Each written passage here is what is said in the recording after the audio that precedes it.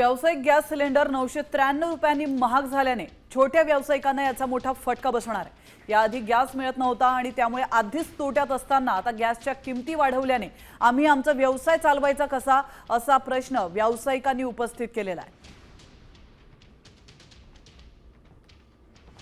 900 म्हणजे 1000 वाढले ना।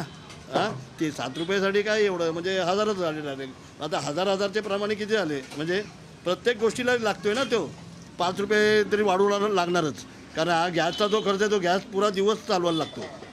यासाठी म्हणजे गिऱ्हाईकांवर फटका बसेल वाढलं तर। वाढवायचा पण मला विचार पडतो। वाढवायचा पण आपलं हाय म्हणून कसं करायचं तसं नाही, आम्हाला सगळीकडे बघून सगळ्या याच्यावर फरक पडतो।